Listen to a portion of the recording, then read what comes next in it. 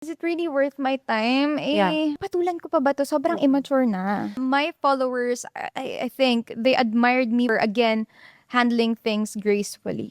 So parang Yes. nasanay sila na, okay lang, silence is Okay. power, Lash. Was there ever a moment when you wanted to explain everything but chose silence Nangyari. instead? Oo So, naman, kasi again, sa loob ng 3 years na yun, parang yung pagre-ridicule sa'kin continuous, eh.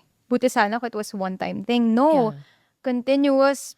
Paano every month ata meron. Siyempre nakakainis.